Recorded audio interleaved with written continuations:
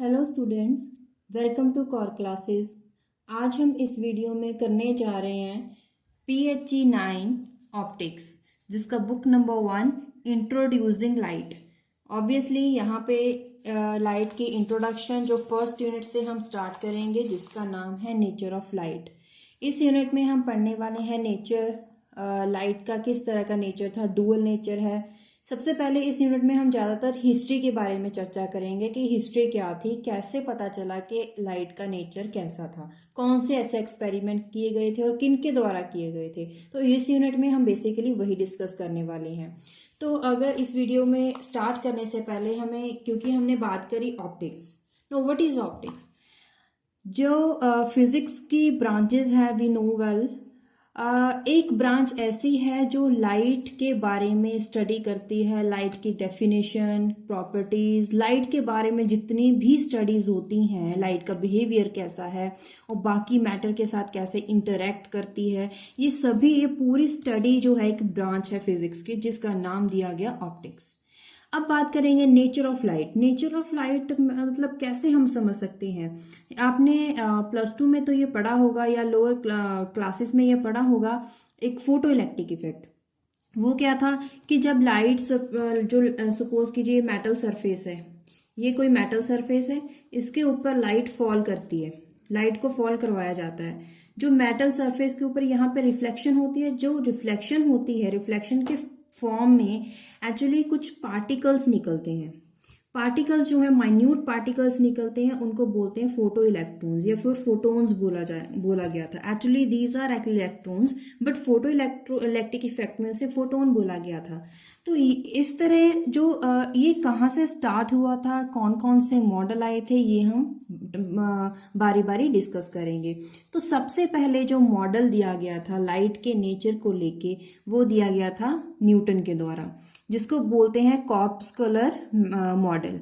इस मॉडल के according Newton ने क्या बोला था कि जो लाइट है वो minute invisible stream of particles इसके द्वारा बनी है। मतलब जो लाइट है उसमें क्या होते हैं, छोटे छोटे इनविजिबल, जो हमें नहीं दिखते हैं, पार्टिकल्स होते हैं, बहुत सारे पार्टिकल जो रिजिड पार्टिकल्स होते हैं। ऐसा नहीं है कि वो लिक्विड है या गैशियस फॉर्म में है, ऑब्वियसली वो सॉलिड फॉर्म में है, इनविजिबल है, मासलेस है, और माइन्यूट पार्टिकल्स है, रिजिड है, जिनको कॉर्पस्कल्स बोला गया। और इन पार्टिकल की जो स्ट्रीम्स हैं उनको कॉर्पस्कल्स बोला गया बाय द न्यूटन। और उन्होंने ये भी बताया कि जो लुमिनस बॉडी है, it sends corpuscles out in all direction. सभी डायरेक्शन में वो जो लुमिनस बॉडी है वो इन स्ट्रीम्स ऑफ पार्टिकल्स को सभी डायरेक्शन में मूव करती है। These particles travel without affecting the earth gravitation. मतलब कि ये जो माइन्यूट पार्टिकल्स हैं उसको नाम दिया गया कॉर्पस्कल्स, जिसके बेसिस पे नाम पड़ा कॉर्पस्कुलर मॉडल। अब उन्होंने एविडेंस क्या दिए थे, एक्चुअली इसमें इस चैप्टर में हम हिस्ट्री पढ़ने वाले हैं और इसमें कोई एक्सपेरिमेंट नहीं है, कौन कौन से साइंटिस्ट के द्वारा, फिजिस्ट के द्वारा क्या क्या बताया गया था लाइट के बारे में। तो एविडेंस उन्होंने दिया कि जो लाइट है वो स्ट्रेट लाइंस में ट्रेवल करती है और उन्हें प्रोपेगेशन करने के लिए, लाइट को प्रोपेगेशन करने के लिए किसी भी मीडियम की जरूरत नहीं पड़ती है। और अगर बात करा जाए वैक्यूम में, तो लाइट वैक्यूम में भी प्रोपेगेट कर सकती है, तो इसे किसी मटेरियल की जरूरत नहीं पड़ती है। और उन्होंने साथ में ये भी बताया कि जो लाइट होती है वो डेंसर मीडियम में ज़्यादा तेजी से ट्रैवल करती है। मतलब light travel faster in the denser medium as compare to rarer medium. हालांकि ये कुछ जो पॉइंट्स थे वो गलत बताए गए थे, वो बाद में जो थे वो डीमेरिट के रूप में बाद में आए थे, लेकिन जो न्यूटन के द्वारा बताए गए थे उनको हम डिस्कस कर रहे हैं। उन्होंने बताया था कि लाइट स्ट्रेट लाइन में मूव करती है, और उसके बाद बताया कि जो लाइट है वो डेंसर मीडियम में ज़्यादा फास्टर स्पीड से मूव करती है as compare to rare medium. और उसके बाद जो आज हम पढ़ते हैं इंटरफेरेंस, डिफ्रैक्शन, पोलराइजेशन, उस टाइम इस चीज़ का कोई नाम नहीं था। सिर्फ लाइट के बारे में कुछ एविडेंसेस बताए गए थे according to this model by Newton, लेकिन इनमें डिमेरिट्स थी। क्या? सबसे पहले इन्होंने रिफ्रैक्शन के बारे में नहीं बताया कि जो बात हो गई थी उस टाइम कि जो रिफ्रैक्शन है या रिफ्लेक्शन है वो 100% वो मैक्सिमम होगी। मैक्सिमम हो जब जहाँ पे होती है, उसके अलावा रेस्ट ऑफ द रिफ्लेक्शन और रिफ्रैक्शन उसके बारे में कुछ नहीं बताया। मतलब कि पार्शियल रिफ्लेक्शन, पार्शियल रिफ्रैक्शन के बारे में, अगर पार्शियल रिफ्लेक्शन और रिफ्रैक्शन साइमल्टेनियसली अगर करती हैं तो वहां पे कैसा फिनोमिना होगा, इसके बारे में नहीं बताया। इंटरफेरेंस के बारे में नहीं बताया। पोलराइजेशन, डिफ्रैक्शन, इन फिनोमिना के बारे में नहीं बताया गया। और ये एक्चुअल में बाद में ये पता करा गया कि जो लाइट है वो रेयरर मीडियम में ज़्यादा तेजी से मूव करती है as compare to denser medium. Rare medium for example हवा में वो ज़्यादा तेजी से मूव करती है, फास्टर मूव करती है एज कम्पेयर टू वाटर या फिर एनी ग्लास। ठीक है, लेकिन जो न्यूटन था उनके द्वारा ये जो था डिस्कवर किया गया था, ये एविडेंस, उसको खारिज कर दिया गया। तो आज हम यही पढ़ते हैं कि जो लाइट है वो रेयर मीडियम में ज़्यादा स्पीड से मूव करती है। उसके बाद आया wave model. Actually wave model actual में मॉडल नहीं है, लेकिन बहुत सारे यहाँ पे फिनोमिना आए जिसको कलेक्टिवली वेव मॉडल बोला गया। क्या था? जो पहले जितनी भी थ्योरीज थी उनको दोबारा से पढ़ा गया, समझा गया और उसमें कुछ चेंजेस किए गए। किसके द्वारा? हाइजन के द्वारा। तो हाइजन ने रिफ्रैक्शन के बारे में अच्छे से एक्सप्लेन किया। जो हाइजन मॉडल था उसको दोबारा से यंग्स, जो आजकल हम यंग्स डबल स्लिट मॉडल पढ़ते हैं, तो जो यंग्स थे उन्होंने इसको दोबारा से पढ़ा और इंटरफेरेंस एक्सपेरिमेंट्स इनके द्वारा ही दिए गए थे। और यंग ने ये शो करा कि जो वेवलेंथ होती है, विजिबल लाइट की वेवलेंथ होती है, उसकी रेंज इतनी होती है, कितनी? 4000 एंगस्ट्रॉम टू 7000 एंगस्ट्रॉम तक होती है। और इसी वजह से, इसी वेवलेंथ रेंज की वजह से जो एक्चुअल करैक्टर था लाइट का वो नोटिस नहीं किया गया था, नहीं कर पाए थे। तो उनके द्वारा ये भी बताया गया, यंग के द्वारा, कि जो इंटरफेरेंस फ्रिंजेस आज हम पढ़ते हैं, इंटरफेरेंस होता है, फ्रिंजेस के रूप में हम इंटरफेरेंस को देखते हैं, वो तभी दिखेगा अगर दो लाइट सोर्सेज के बिटवीन जो डिस्टेंस है वो डिस्टेंस बिल्कुल एग्जैक्ट मैच करेगा इस रेंज के बीच। अगर ये रेंज और जो दोनों लाइट सोर्सेज है उनमें जो डिफरेंस है, स्पेसिंग है, वो दोनों मैच करती हैं, तभी हमें फ्रिंजेस मिलेंगे। इसीलिए जब ये रेंजेस के आसपास ये वैल्यू नहीं होती थी, स्पेस नहीं होती थी, तभी वो इंटरफेरेंस देखने को नहीं मिलती थी। ये बताया गया यंग के बारे में, उसके यंग के द्वारा। उसके बाद आया डिफ्रैक्शन मॉडल, जो दिया था फ्रेस्नेल ने। डिफ्रैक्शन मॉडल को अच्छे से एक्सप्लेन करा गया और किसको? वेव मॉडल के बेसिस पे ही। उसके बाद आया पोलराइजेशन फिनोमिना आया, जिसमें ये बताया गया कि जो लाइट होती है वो ट्रांसवर्स वेव होती है और जो ऑसिलेशंस होती हैं वो परपेंडिकुलरली ऑसिलेट करती है। लाइट ऑसिलेट करती है perpendicular to the path of propagation. अब ऑसिलेशंस का यहाँ पे क्या मतलब था? इस ऑसिलेशन को अच्छे से वेल एक्सप्लेन किया गया बाय मैक्सवेल। उन्होंने दोबारा से ये इसको समझा और मैक्सवेल के द्वारा ही ये बताया गया कि एक्चुअली लाइट ऑसिलेट करती है, कैसे करती है, उसमें कौन से फील्ड्स अप्लाई होते हैं। मैक्सवेल ने ये बताया कि जो लाइट है, लाइट विद इलेक्ट्रोमैग्नेटिक वेव, कि लाइट को हम आइडेंटिफाई कर सकते हैं electric field as well as magnetic field के द्वारा। और जो लाइट होती है वो मैग्नेटिक फील्ड और electric field time to time जो उनमें वेरिएशंस आती हैं उसकी वजह से इलेक्ट्रोमैग्नेटिक वेव्स पाई जाती हैं। और यहीं उन्होंने ऑसिलेशन का जो फिनोमिना था वो अच्छे से एक्सप्लेन किया। अब बात आती है light as an electromagnetic wave. Maxwell ने ही कैसे बताया था कि लाइट को हम पढ़ते हैं एज ए इलेक्ट्रोमैग्नेटिक वेव, क्योंकि हमें पता है कि जो लाइट है उसका डुअल नेचर है, पार्टिकल भी और वेव भी।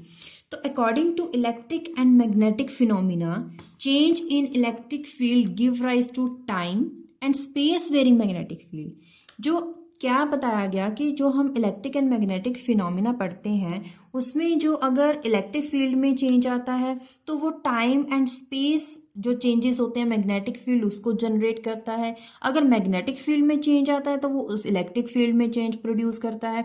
ऐसे ये दोनों एक दूसरे के साथ साथ चलते हैं, साथ साथ चलते हैं, तो बोला गया कि electric field and magnetic field क्या है, कपल्ड है। These are known as coupled electric and magnetic field, जिसकी बेसिस पे ये नाम दिया गया इलेक्ट्रोमैग्नेटिक वेव। और जो इन दोनों फील्ड्स में कपलिंग पाई जाती है 3 डायमेंशन में, उसी के बेसिस पे ये नाम दिया गया था। अब मैक्सवेल फील्ड इक्वेशंस क्या थी, वो उन्होंने अपनी इक्वेशंस को यूज करके कैसे इसको डेरिवेशन के द्वारा प्रूव किया था।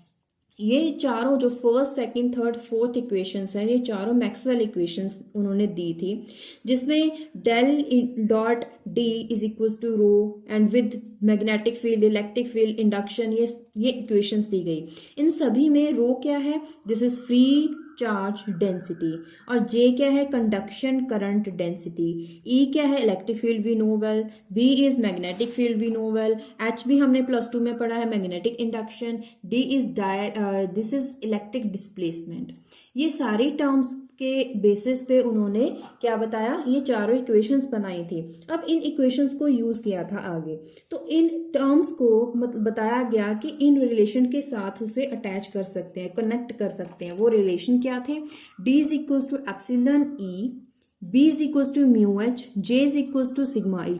अगर आप पूछें कि कहाँ से आ गए, ये सभी रिजल्ट हमने +2 में अच्छे से डेरिवेशन, इन सब के रिलेटेड डेरिवेशन थी +2 क्लास में, तो वहां से हम J is equal to sigma, ये सभी जहाँ पे हमने पैरेलल प्लेट कैपेसिटर पढ़ा था, वहां पे हमने ये सभी डायग्राम्स ये सभी रिलेशंस पढ़े थे। These R equation 5th, 6th, 7th, आपके बुक में ये डायरेक्ट रिजल्ट ही यूज करा गया है।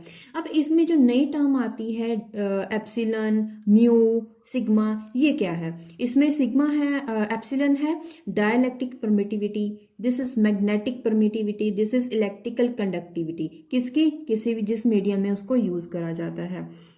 क्योंकि अगर बात करें फील्ड इक्वेशंस को, इन जो इक्वेशंस दी गई हैं, इनको अगर एज्यूम करा जाए कि अगर ये वैक्यूम में है, तो उस टाइम इक्वेशंस क्या होंगी, इक्वेशंस उनमें रो और जे वैल्यू दोनों ही खत्म हो जाएंगी, 0 हो जाएंगी।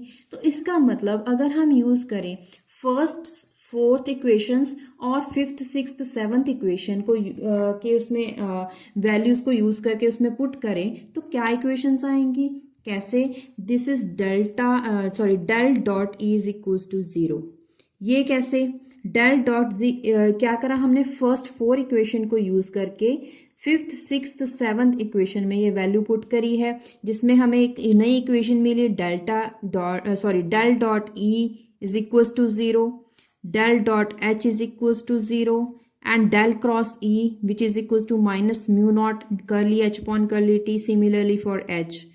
ये जो इक्वेशंस मिली हैं ये तब होंगी, तभी वैलिड होगी जब हम बात कर रहे हैं वैक्यूम के बारे में।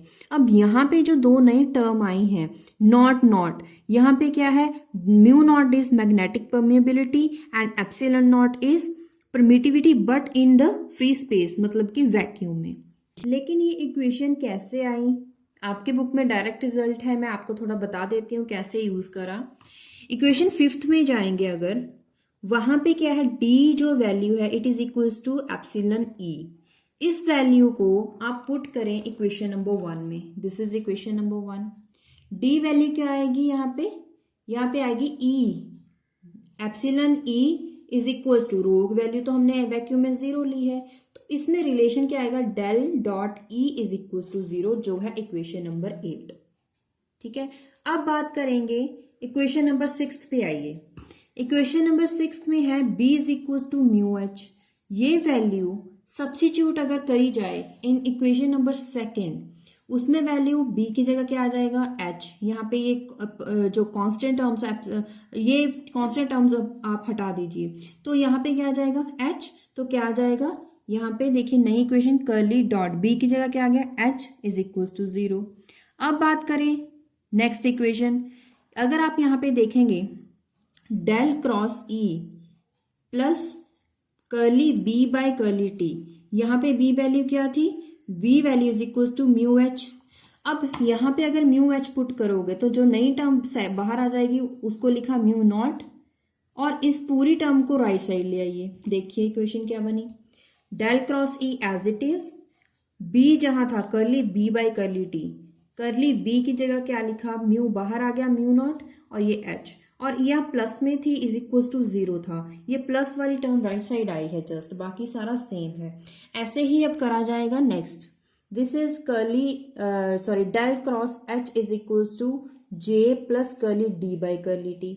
अब यहाँ पे curly cross H is equals to, यहाँ पे जो जे वैल्यू है it is equals to sigma E, और डी तो यहाँ पे सॉरी जे यहाँ पे 0 रहेगा, और जो डी वैल्यू है डी की वैल्यू थी एप्सिलॉन ई, एप्सिलॉन ई, तो यहाँ पे अगर एप्सिलॉन ई पुट करोगे तो क्या आ जाएगा, यहाँ पे कर्ली क्रॉस एच, ये तो 0 था वैक्यूम में, यहाँ जाएगा कर्ली क्रॉस डी की वैल्यू क्या थी, यहाँ पे वैल्यू थी for D is equal to epsilon E, जिसको हम epsilon not curly E by curly T, ये प्लस में है तो देखिए हमें एज इट इज यही इक्वेशन बन गई 11th इक्वेशन। तो आपको कंफ्यूज नहीं होना कि इक्वेशन कहाँ से आ गई। चलो अब तो हमने कर ली इक्वेशन नंबर 8, 9, 10, 11।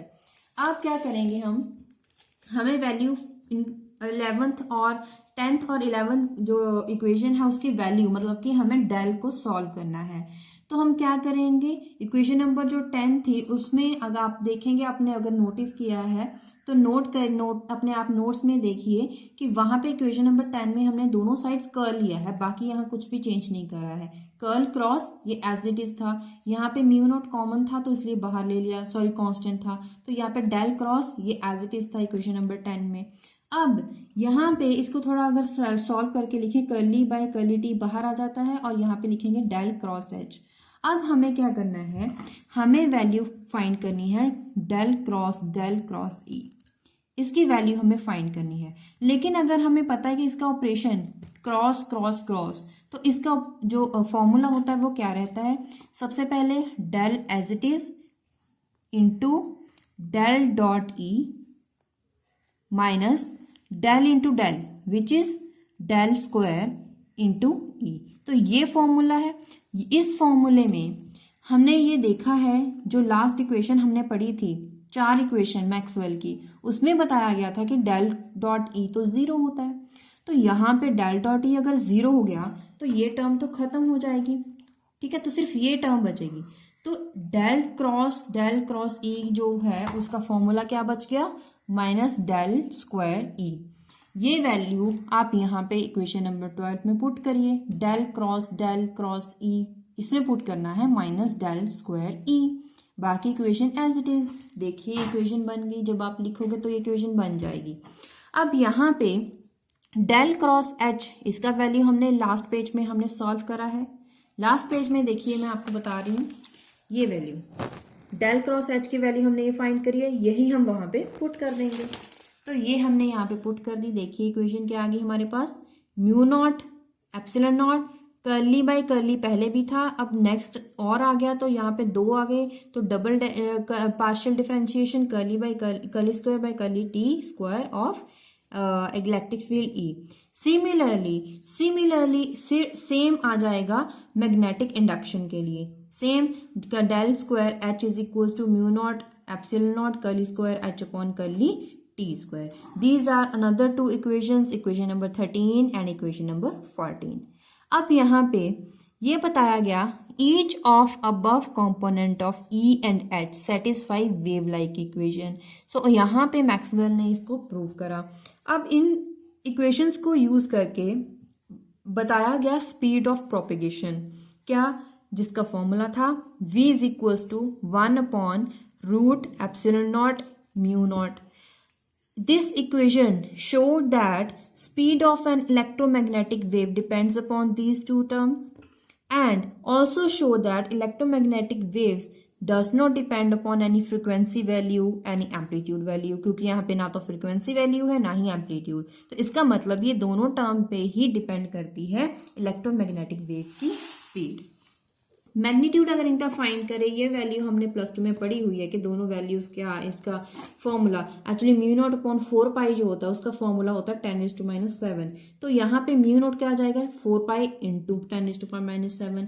इन दोनों वैल्यूज को पुट करो, इसका रूट सॉल्व करोगे, आपके पास इक्वेशन आ रही है। तो ये जो इक्वेशन है ये अकॉर्डिंग टू मैक्सवेल ये है इलेक्ट्रोमैग्नेटिक वेव। जो इसको सॉल्व करा उनके पास इक्वेशन आ रही है 3.1074 इंटू 10⁸ मीटर पर सेकेंड।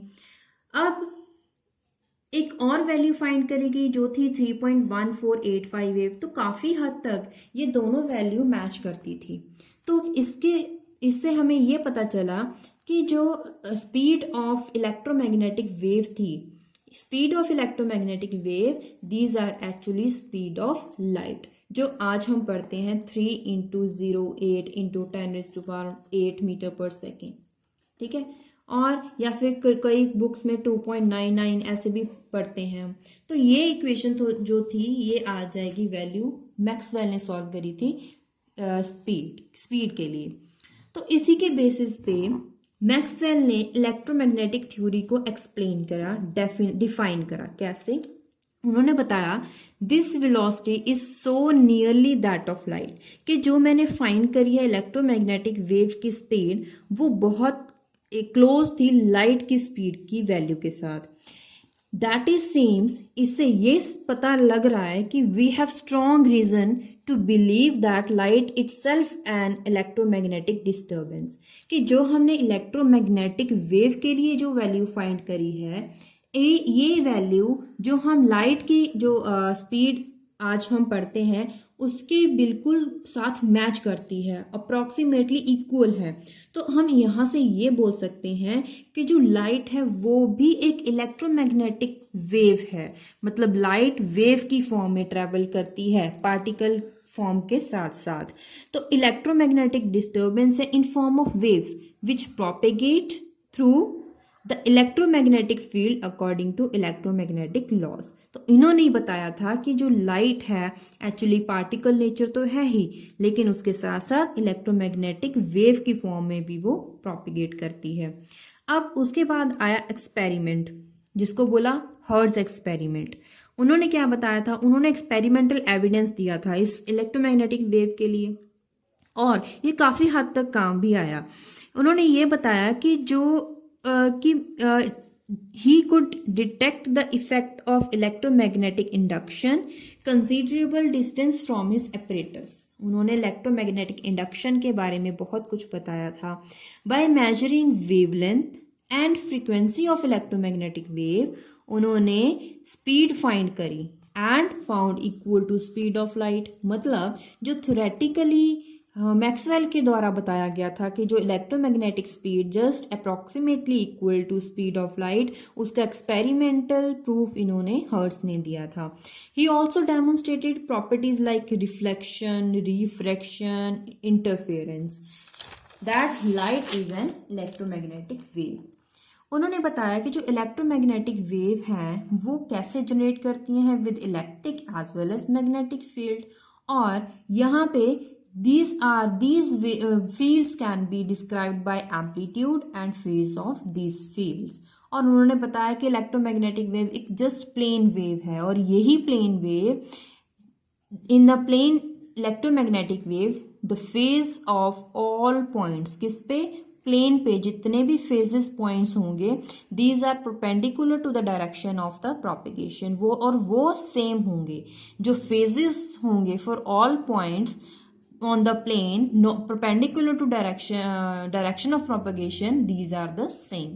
और उन्होंने बताया कि अगर इलेक्ट्रोमैग्नेटिक वेव प्लेन पे अगर हम देखें, अगर वो पॉजिटिव z डायरेक्शन में अगर हम पढ़ रहे हैं तो उसमें उसका फेज क्या होगा? kz minus omega T. अब इसमें k क्या है? This is a wave number. Omega क्या है? This is angular frequency. अब इन दोनों के द्वारा उन्होंने स्केलर एक्सप्रेशन दिया था किसके लिए? Electric field and magnetic field. इन दोनों के लिए इंडिपेंडेंटली उन्होंने एक्सप्रेशन दिया था। वो एक्सप्रेशन है E is equal to E naught exponential I iota K Z minus omega T. H is equal to H naught exponential function of iota kz minus omega T. अब यहाँ पे उन्होंने दोनों फील्ड्स के लिए वैल्यूज दी और उसके साथ उन्होंने ये भी बताया कि जो वेव प्रोपेगेशन है, अगर हम बात सपोज कर रहे हैं पॉजिटिव z डायरेक्शन में, तो उन दोनों का जो फील्ड होगा, z डायरेक्शन में जो फील्ड होगा वो इफेक्ट x और y पे नहीं पड़ेगा, x और y एक्सिस पे नहीं पड़ेगा, और अगर वो होगा तो वहां पे वो इंडिपेंडेंट होगा upon on the both these axis, x as well as y axis. तो जो टर्म्स हमने पढ़ी थी डेल डॉट ई, मैक्सवेल के द्वारा डेल डॉट एच, ये दो दी गई थे, दो एक्सप्रेशंस दिए गए थे, उनको बताया गया बाय द हर्ट्ज कि इनको लिख सकते हैं curly E Z upon curly Z is equals to 0, curly H Z upon curly Z is equals to 0। तो उन्होंने ये बताया और ये बताया कि अगर टाइम वेरिएशन के साथ हम समझना चाहें तो कर्ली जेड की जगह कर्ली टी लिखना सही होगा।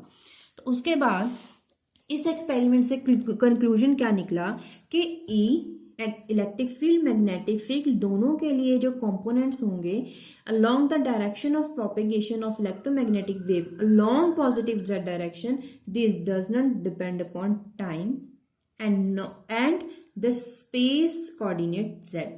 तो इसका मतलब अगर कोऑर्डिनेट z पे डिपेंड नहीं करते तो वहां पे Ez और Hz दोनों ही 0 होंगे। अब क्वेश्चन अराइज होता है why any other constant value of both field would not represent a wave. क्यों नहीं कर पाती है? क्योंकि अगर light as a wave define करना हो तो दोनों फील्ड जरूरी हैं। क्यों?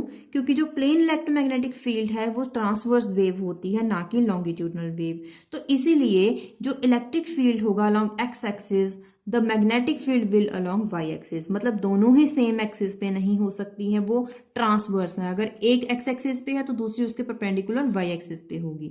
तो these are mutually perpendicular to each other. तो इसके लिए ये एक्सप्रेशन के द्वारा हम इसको लिख सकते हैं। इनमें ये जो k upon mu naught omega है, इसको बोल सकते हैं कि जो इसको अगर सॉल्व करोगे तो एक रियल नंबर आएगा। So electric and magnetic field vector should be in phase, and this also shows that neither electric field or magnetic field exist without each other। मतलब इलेक्ट्रोमैग्नेटिक वेव के लिए दोनों वेव्स का होना जरूरी है, electric wave, magnetic wave.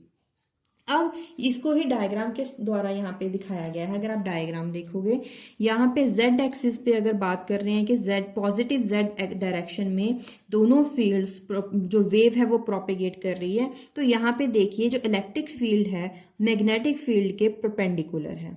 This is actually along perpendicular to this paper, ठीक है। तो दोनों ही जो फील्ड्स हैं वो टाइम टू टाइम अगर वेरिएशन है तो वो एक दूसरे के परपेंडिकुलर है। अगर यहाँ पे E और H, यहाँ पे E दिखाया गया है तो देखिए नेगेटिव एक्सिस में E दिखाया, उसके बाद पॉजिटिव एक्सिस, फिर नेगेटिव एक्सिस, मतलब ये वेव की फॉर्म है। This is E actually and this wave is E actually, so this makes like this is the wave for E। And यहाँ पे H के लिए क्या है, लाइक दिस। तो एक्चुअली ये दोनों मिलके क्या बना देंगी, इलेक्ट्रोमैग्नेटिक वेव बनाएंगी, और ये दोनों ही परपेंडिकुलर होंगी and these mutually supporting role result in generation of electromagnetic wave. तो इसी के साथ आज के लिए बस इतना ही। आज हमने पढ़ा PHE 09 ऑप्टिक्स। इस बुक में जो फर्स्ट यूनिट है इसमें सिर्फ और सिर्फ नेचर ऑफ लाइट के लिए जस्ट ये बताना था कि हिस्ट्री क्या थी और कौन कौन से मॉडल आए, कौन सी खामियां थी, एक्चुअल में मॉडल क्या थे, क्यों बनाए गए, उसमें क्या बताया गया, रिजल्ट, कंक्लूजन, एपरेटस, वो सभी आगे चैप्टर में आएंगे। इंटरफेरेंस की बात करी है और डिफ्रैक्शन की बात करी, पोलराइजेशन की बात करी, वो आगे आपको जब चैप्टर नेक्स्ट यूनिट्स आएंगे वहां पे आपको डिटेल में बताए जाएंगे। लेकिन इस यूनिट में सिर्फ यही बताना था कि कैसे ओरिजिनेट, कैसे पता चला कि जो लाइट है वो वेव नेचर भी उसका होता है, कैसे एक्सपेरिमेंट किए गए, कौन से डेरिवेशंस किसके द्वारा दी गई और कौन से चेंजेस आए।